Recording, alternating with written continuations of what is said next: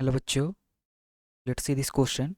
The question says, in figure, a 15 kg sled is attached to a 2 kg sandbox by a string of negligible mass wrapped over a pulley of negligible mass and friction. The coefficient of kinetic friction between the sled and the tabletop is 0.04. Find part A the acceleration of the sled and part B the tension of the string. तो question में हमें ये setup दे रखा है। Slate पर हम देख सकते हैं कि टेंशन लग रहा होगा राइट हैंड डायरेक्शन में, और स्लेट और टेबल टॉप के बीच में फ्रिक्शन है, तो इसमें लेफ्ट हैंड डायरेक्शन में फ्रिक्शनल फोर्स एफ के लग रहा होगा। सैंड बॉक्स पर ऊपर की तरफ, अब चूंकि स्ट्रिंग सेम ही है तो ऊपर की तरफ टेंशन लग रहा होगा टी, और नीचे की तरफ इसका वेट लग रहा होगा एम जी। अच्छा, सैंड बॉक्स का मास हम मान लेते हैं m2 और स्लेट का मास m1। तो स्लेट पर नीचे की तरफ इसका mg लग रहा होगा, और जो टेबल टॉप है उस पर ये उसके ऊपर नॉर्मल फोर्स ऊपर की तरफ लगा रहा होगा। तो अब हमें और मान लेते हैं कि ये पूरा सेटअप एक्सेलरेशन ए से मूव कर रहा है, तो स्लेड मूव कर रहा होगा राइट हैंड डायरेक्शन में एक्सेलरेशन ए से, और स्टैंड बॉक्स नीचे की तरफ उसी एक्सेलरेशन से मूव कर रहा होगा। तो इस क्वेश्चन को सॉल्व करने में जो हमारा की कंसेप्ट यूज होगा वो हमारा यूज होगा फोर्स एंड मोशन का।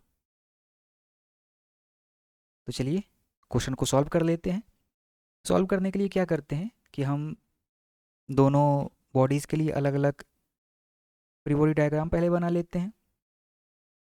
तो ये हमारा फ्री बॉडी डायग्राम हो गया स्लेड का, ऊपर की तरफ लग रहा है normal force, right hand direction में टेंशन, नीचे की तरफ इसका वेट m1g, और लेफ्ट हैंड डायरेक्शन में फ्रिक्शनल फोर्स एफ के। और एफ के क्या है? एफ के है म्यू के मल्टीप्लाइड बाई एन। वेट इसका कितना दे रखा है? वेट दे रखा है 15 kg, सॉरी मास दे रखा है 15 kg। तो इसका यहाँ से हम नॉर्मल फोर्स निकाल सकते हैं, सॉरी यहाँ से हम फ्रिक्शनल फोर्स निकाल सकते हैं। नॉर्मल फोर्स हो जाएगा, अगर हम वर्टिकल डायरेक्शन में दोनों फोर्सेस देखें तो जो हमारा स्लेड है वो टेबल टॉप से ऊपर तो नहीं जा रहा है, टेबल टॉप से हरदम इसका कांटेक्ट रहेगा। तो तो वर्टिकल डायरेक्शन में जो दोनों फोर्सेस है वो जीरो होने चाहिए, उसका सम एफ नेट।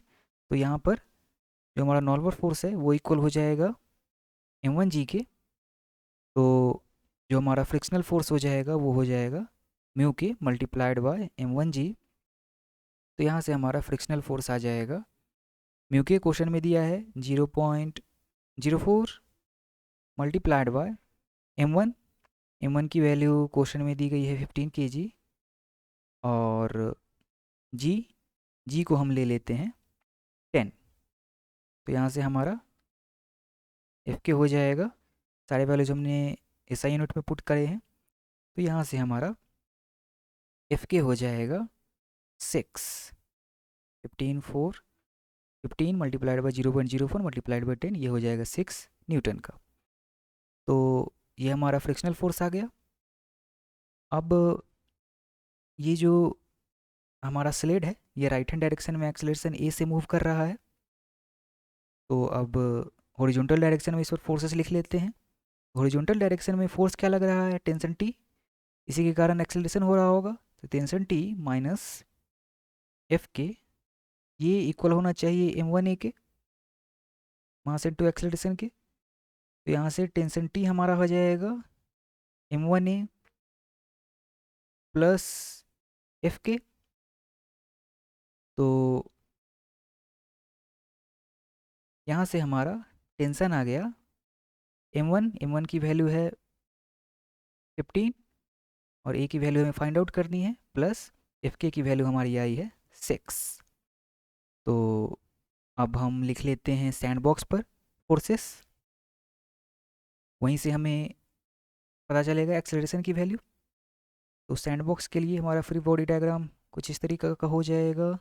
ऊपर इस पर लग रहा है टेंशन, नीचे की तरफ इसका वेट m2g, और जहाँ पर m2 है वो 2 kg है, और एक्सेलरेशन इसका नीचे की तरफ हो रहा है। तो इसके लिए इक्वेशन लिख ले, इक्वेशन ऑफ मोशन। तो वो हो जाएगा नीचे की तरफ m2g माइनस, क्योंकि एक्सेलरेशन नीचे की तरफ है, minus tension t, this is equal to m2a। Values put कर लेते हैं। तो m2, पहले हम टेंशन की वैल्यू पुट कर लेते हैं। टेंशन क्या आया है हमारा, टेंशन आया है हमारा 15a प्लस 6। तो ये रख लेते हैं यहाँ पर 15a plus 6, sorry 15a plus 6, this is equal to m2a। अब वैल्यूज पुट कर लेते हैं। तो m2 क्या है, m2 है हमारा 2 g10 minus 15a minus 6, this is equal to 2a। तो ये हमारा हो जाएगा 20 minus 6 is equal to 15 minus 15a, right hand side में आकर हो जाएगा प्लस का 15a, और प्लस का 15a प्लस 2a, ये हो जाएगा 17a। तो यहाँ से हमारा 20 माइनस 6 क्या हो जाएगा 14, तो हो जाएगा 17a इज इक्वल टू 14। तो यहाँ से हमारा एक्सेलरेशन आ जाएगा 14 डिवाइड बाई 17, जो कि हमारा इक्वल हो जाएगा 0.82। सारे वैल्यूज हमने ऐसा यूनिट में पुट करे हैं, तो ये हमारा मीटर पर सेकेंड स्क्वायर में आ जाएगा। ये एक्सेलरेशन आ गया।